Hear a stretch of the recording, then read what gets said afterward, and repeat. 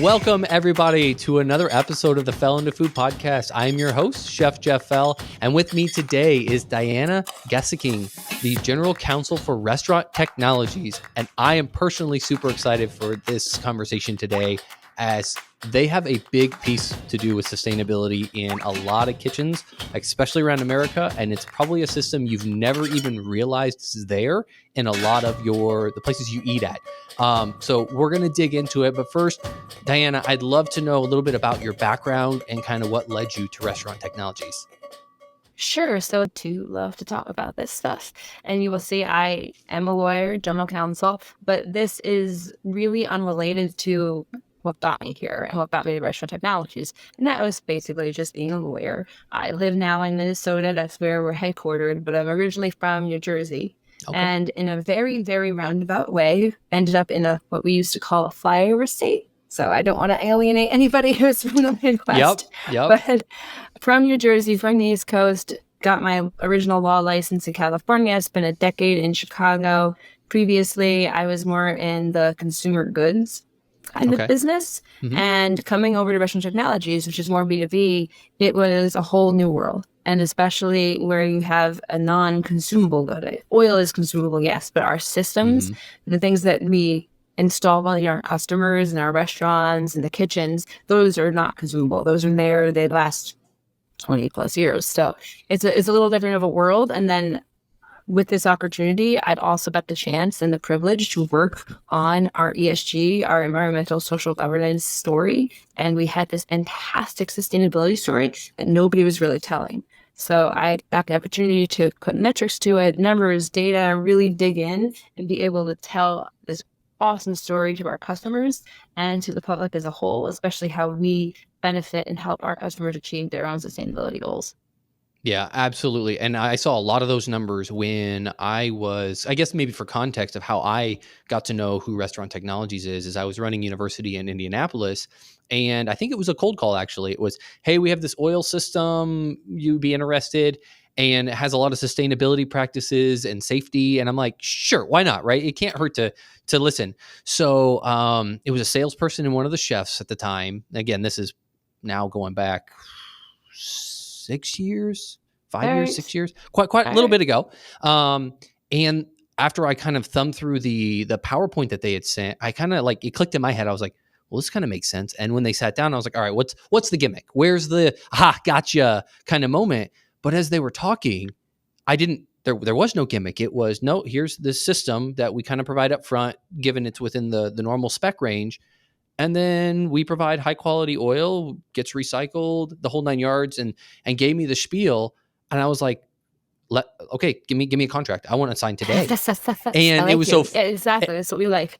It was so funny because the salesman kept trying to go, and the chef was kind of like kicking him under the table, like, okay, he wants a contract. We don't need to talk anymore.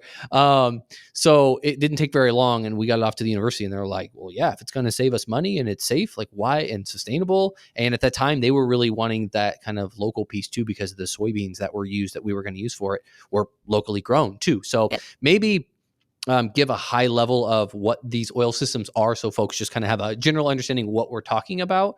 And I was just going to say, I think we are talking in code. You and I both know what we're talking about, but nobody else. They're like oil and fuel and what's happening. So yes, I'm happy to do that. All right, yeah. So high level, what the units are, because I know there's a few different setups of it, but just in layman's terms, I guess, so the folks listening can understand.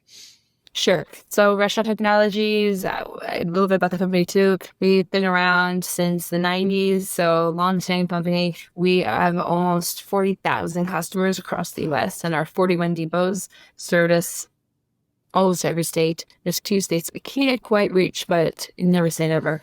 If we want to open a depot in Hawaii, I will be happy to go up there. I will run that depot. Sure. Just send them away. But For not sure. there yet. No, not there yet. So our biggest product is our total oil management system. And like you said, nobody really sees it. And our customers are not going to see it because it's in the back of the house. And that's one of our biggest things is we want to control the kitchen chaos. I'm sure you know better than anybody that back of the house can be chaotic. Mm-hmm. And there can be things and there can be jobs and things that people just really don't want to do. And one of those is dealing with hot cooking oil. And so our systems automate that. We have 2 tanks. We have a fresh oil tank. We have a used cooking oil tank, or gluco as we call it. And we automate the whole process. No longer do you have to take out those plastic jibs and unwrap them and unpackage them and pour them into the fryer, right? And then, of course, it's like a shampoo bottle. You can never get all of it out, right? And then you're just sitting there, and who's going to stand there for 5 minutes, every last little bit of the trip out, right? So you're going to throw that away. You're going to, maybe you'll recycle it, maybe. Or maybe you'll just throw it into the big trash bin in the back. Yep. And along with that goes the oil, the plastic, the cardboard, all of it. All that's gone. With our system, it's a touch of a button of a wand. It fills it up automatically. It monitors and tells you when you're doing your filtering, when you should be filtering versus having it on a schedule. It can actually monitor it and say, hey, you had a really busy morning. You need to filter now versus, or hey, you were really slow. You actually don't need to filter per your schedule that you would normally do, which really helps with the cost savings and extends the life of the oil. And then, of course, we also eliminate the really, really, really nasty job. And that's where you have to take that hot cooking oil out to the back, to a ditch, or I saw 2 guys down in Florida recently. It was a parking lot in the back of a restaurant. And I knew what they were doing. They're carrying out this metal bin and they're dumping it in the dumpster, right? That is gone, entirely eliminated. Our used cooking oil tank, it's again, with the push of a button, it gets sent right into that tank, and then we come and we collect it.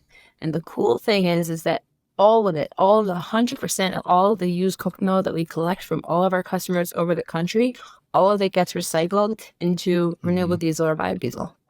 Yeah, to put it in even more layman's terms, because this is how I give it to folks. Think of, you have 2 hot water heaters side by side, one with regular oil, like cooking oil, and then one that's going to have the used.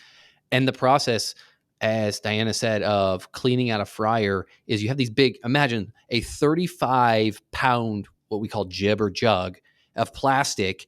And so you're trying to lug these massive things and store them. They're not small by any means. So you have to lug these things to the fryer, fill it up. And then when you're done, in most cases, some have a little more efficiencies on the fryers nowadays, but still traditional. Imagine taking a metal pipe, you open the front door, you screw this pipe on, and then you have either, I've seen stock pots, I've seen, the actual metal containers, and you literally are taking oil that is incredibly hot, and you're opening up a valve and letting this hot oil fill whatever it is up, and then you have to go take it to some sort of disposal. Now, tell me that doesn't sound like a nightmare, because every kitchen I've ever been in, it is the absolute worst, and trying to get people to want to do that is a nightmare. So seeing this was like, imagine literally having a gas tank handle right next to your fryer, and you just put it over it and you click it and magic oil starts filling up your fryer. So it's done. The system, like it's complex, but it's simple, but on the back end, I know from an engineering standpoint and the pipes and everything else that goes into it, it's complex, but it's, in theory, it's pretty simple and almost kind of a no-brainer. I don't understand why more people don't use it, because then that really goes into the sustainability piece of the system.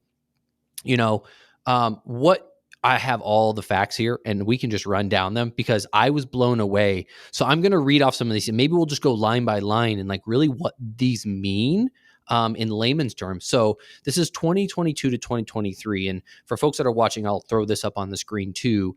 But so from 2022, 289.4 million pounds of waste oil recycled, jumped up to, in 2023, 314.1 million pounds. So touch on that. That's a lot. It's a lot. It means, just a few 100 million pounds of used cooking oil.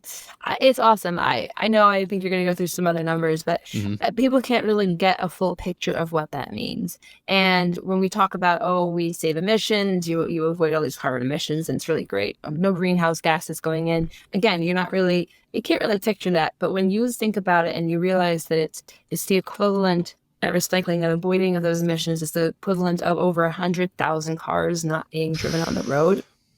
That I love the one, if you think about it, it's nearly 1 billion. It's, I think, 900 million plus coffee cups. Cups. We all have coffee cups, right? Whether it's tea, whether it's coffee, we all know what those are. We get them all the time.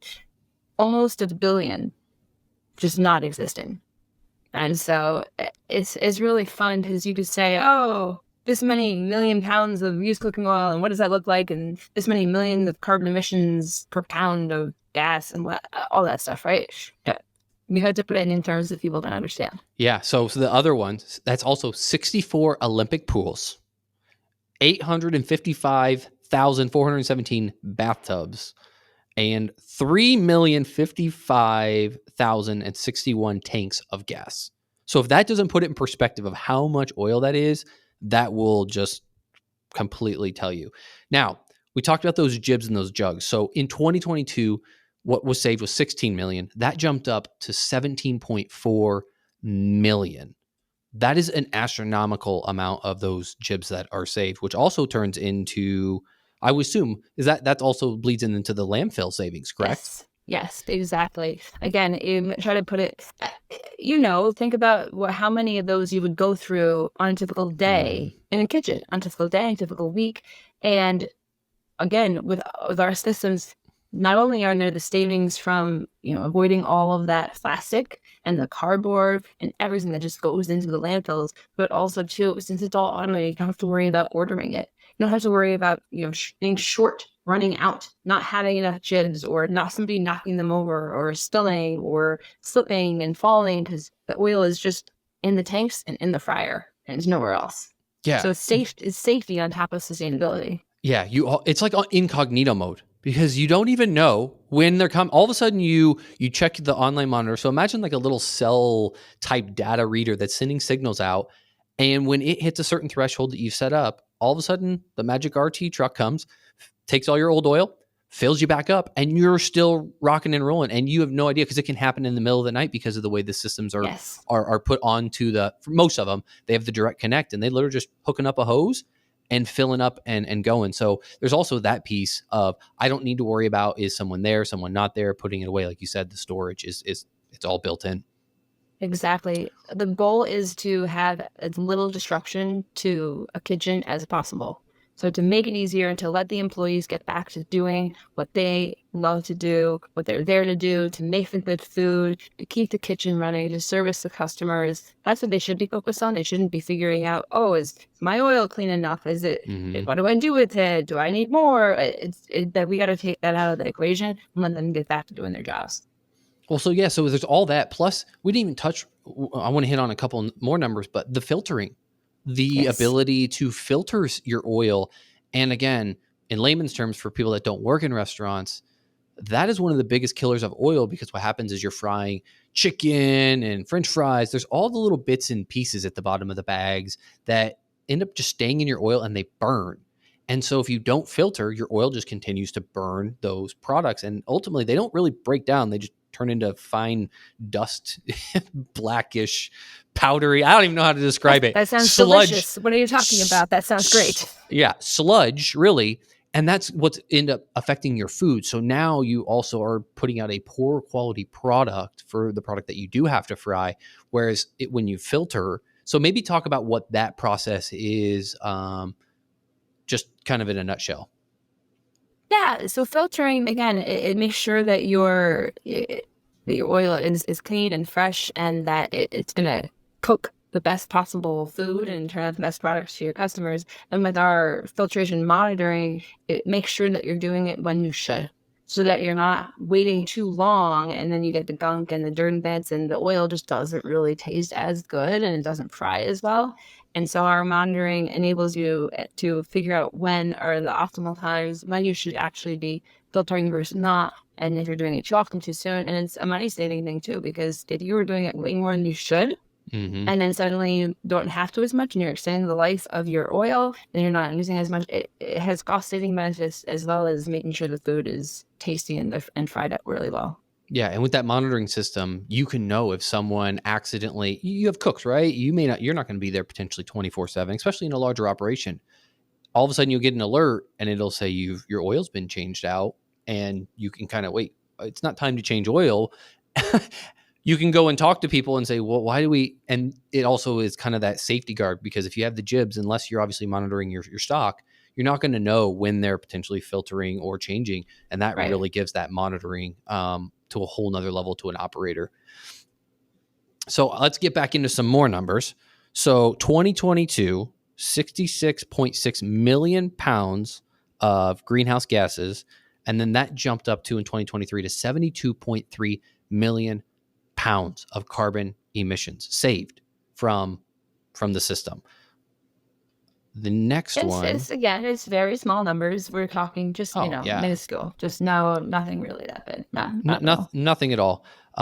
Let's see. Trash saved. So these are your actual, stuff that's going into the landfill, most likely. I mean, some might be recycled, but probably not a lot.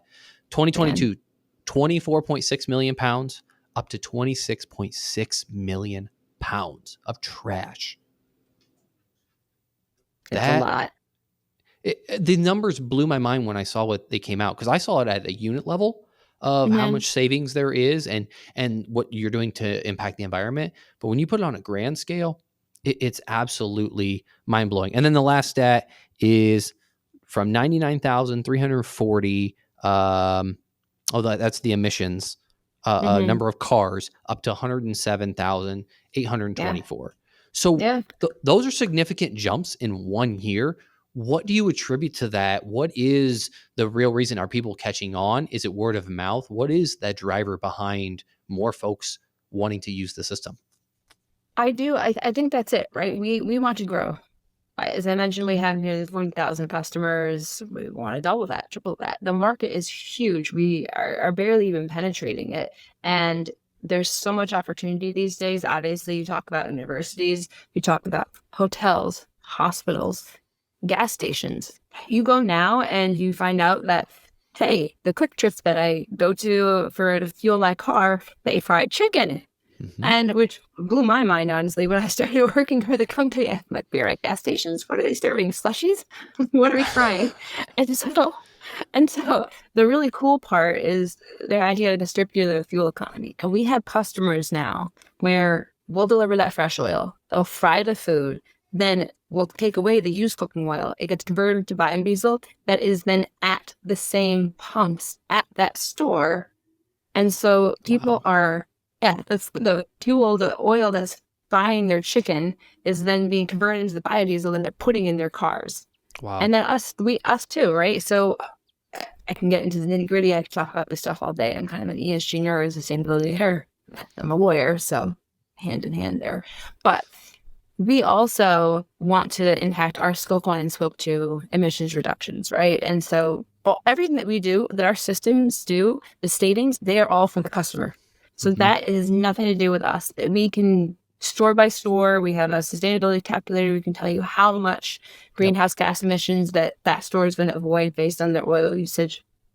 But we also want to lower our own emissions. So you talk about the oil that we deliver and the used cooking oil we collect. We are trying to increase our own use of that biodiesel and renewable diesel in our own trucks. So we're also bringing it to you in the trucks that are using the biodiesel and the renewable diesel as being created by taking away the UCO that the customers are using. So it's a really nice circular fuel economy story, and not everybody thinks about it that way. Yeah, because what happens traditionally? Like, just talk about, right, you guys, that's what you're doing, but what happens to the normal everyday restaurant that's just putting it into a big grease bin? What happens to it then?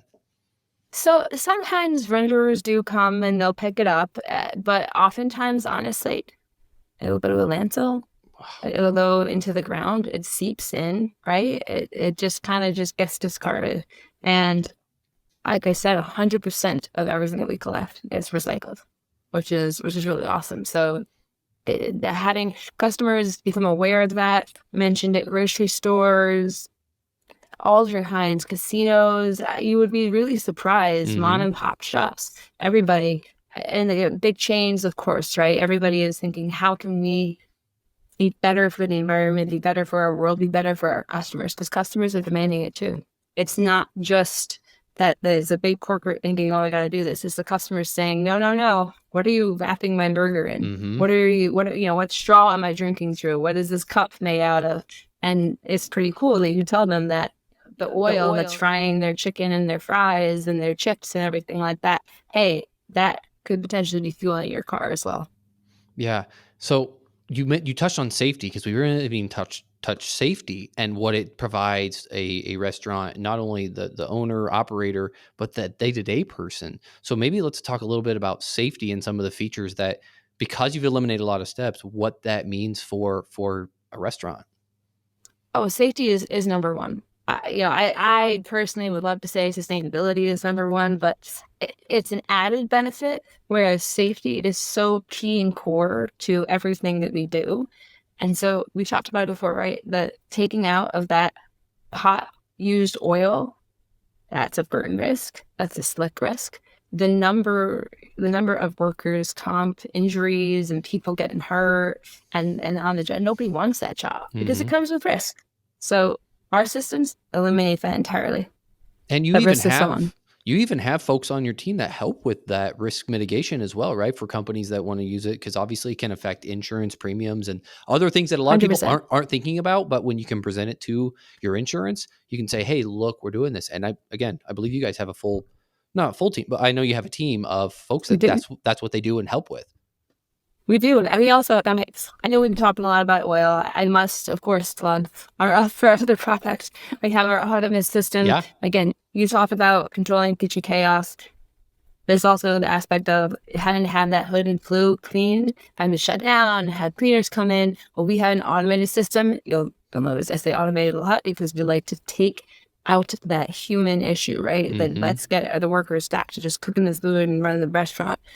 And so it's an automated hood and flue cleaning system. And so you don't have to shut down, you don't have to Hmm. have people come out. And it does it every single day. So it really helps prevent that buildup of grease and grime that can be a real risk of fire in a restaurant, because that's kind of what happens, right? It catches Yep. on that grime and that grease, and you have a grease fire. And so having that cleaned every single day helps reduce that risk. So couple that with our total oil management system, and just what you were talking about, yes, you can, a lot of our customers save a ton on their insurance premiums. Yeah, the auto mist, I'm glad you brought it up because it was on my list to talk about. And it's a newer feature, and hopefully it catches on because it's a lot, it's newer, I believe, correct? Yeah. It's newer than our oil systems. Our oil systems, we're going nearly 30 years strong. So Yeah. yes, Autonomous is still infantile compared to our oil systems. Yeah. So again, for those again not in the restaurant, I always like to try to explain it in a way that they would be like, "Whoa, okay, that's what they're talking about." Imagine you have these, think if you're above your range, your house, you have a little hood. Imagine one that's like 100 times bigger than that in a restaurant, and it's catching all the different fumes and all the grease that normally builds up, and normally what you get your house, that brown stuff, that just magnify that, and that's what goes up into those hoods. Well, those have to be cleaned because that then goes out to a roof and vents out, right? So there's these little grates kind of looking things, the baffles, and if you don't continuously clean those, it'll build up. And what this system does is keeps that clean so you don't have these buildups, you don't have potential fires. Not to mention, the stuff can start to build up and just drip down. So now you have more Yes. other safety Yes. hazards of it. You know, it's oil buildup. Well, that can drip into an open flame. That can drip into a fryer. And we all know what happens when liquids go dripping into hot oil, fires, and then all sorts of crazy stuff happens. So it's a really cool system. I haven't got to see like one in action. I've seen kind of the the mechanisms of it at a one of the local guys. One of the reps has kind of mock like this is kind of what it Oh, would be yes. like, but Yes. I haven't Yes. physically seen one. So that whole system takes that whole process out of having to constantly clean it. So translate a lot of what this is. Now let's touch on labor. What does that mean from a labor standpoint and savings for the customers? So as I mentioned before, it really, from a labor standpoint, it's automating things. So it's saving time. One of the areas where we are always looking to innovate is how can we make it even easier for our customers to do their job. So what if it's a push notification to your phone? What if it's all available via an app? And so these are the areas where we are constantly trying to innovate. So already having our systems in place, again, it it saves time, it saves energy, it saves effort, it makes it safer and smarter. It's easier for the customers and their employees to just go right back into and focus on getting the most productivity out of their employees, which isn't going to be hauling oil or cleaning hoods, right? It's going to be serving customers, their customers. I'm going to talk about our customers and their customers, but serving people who are buying the food, who are eating at the restaurant, who are dining there. And that's really where you get the biggest efficiencies from our systems for our customers. Yeah, and I have to give like a kudos for your customer service. It is, in my experience, impeccable compared to other folks that I have used. The responsiveness, the willingness to work with some of these units that may say, well, we can't afford, the potential electrical or whatever it may be, and you all work really hard to try and really offer the customer a solution. We've had where the site visits happen and it's too far away to put in an actual the tanker type unit. So there's the mobile units that you guys have that can be accessed. There's so many different things that you do to try and truly help the customer. It's not just let's make a bunch of money. It's how do we help our operators in this sector on something that nobody really ever wants to talk about or deal with. And even though it's probably one of your biggest expenses in the kitchen is your oil and your hoods. It is. So I got to say thank you on the customer service side because it really has been truly impeccable in my experience. So thank you. That means a lot. And I know to anybody from our team who's going to be listening to this, that is going to hit home. Customer is one of our 5 C's. It's one of our core, values that we drive everything that really fuels everything that we do. I said fuel. Because I'm talking about people. It's just a little bit fun, but it's on my mind all the time. But it really means a ton to us. We're a 24/7 company. Our guys out in the field who are doing the day-to-day, putting it in, getting in the trucks and servicing the customers. They're the real heroes out there. And that's what we attribute it all to. So we're lucky to have such an amazing group of people here. Yeah. Anything else folks need to know about Restaurant Technologies, what you guys do? About what we do, I think we covered it a lot. So our website, I'm sure I might get a chance to plug it at the end, but if you visit www.rti.inc.com, and I'm pretty sure I just gave away my age because I listed www, and I don't think anybody does that anymore, especially not anybody who's on TikTok or anything like that. I don't even know if that's cool anymore. Anyway, I digress. Our website is chock full of such great information, tutorials, how-tos, videos. That is really where you can learn so much about our systems, our products, plus then also just the company as a whole, what drives us, our sustainability, mission, everything about that. Yeah. And I don't know if you can plug them or not, but any of your current big customers, I've wanted to say them, but I don't know. And you would know being legal, if you can say them or not, because I think when if you can say some of the names, people will go, oh, that's why this potentially tastes so good. So can you say their names? Pretty much any major QSR, quick service restaurant, is going to be a customer of ours. We had an incredibly long-standing relationship with McDonald's for, they were our first customer. So we've been partnering with them and support everything that they do as well. And they are huge in their sustainability efforts. There's the S of ESG, their social efforts, DEI, everything that they do is really incredible. So we're really proud to be a partner with them. So that is why, for all those listening, those French fries taste so damn good. The oil plays a big piece into it. So we can thank Restaurant Technologies for helping with that when you get to go to McDonald's and eat some of those French fries. So like you said, visit the website. We'll also put this into the show notes. Anywhere else to find you? Anything to check out for those listening? The National Restaurant Association, of course, depending on the audience, we go to most trade shows, the big trade shows. We'll definitely be there. I also want to say one of the big things that we care about too when it comes to sustainability is not just the end user too, but also upstream.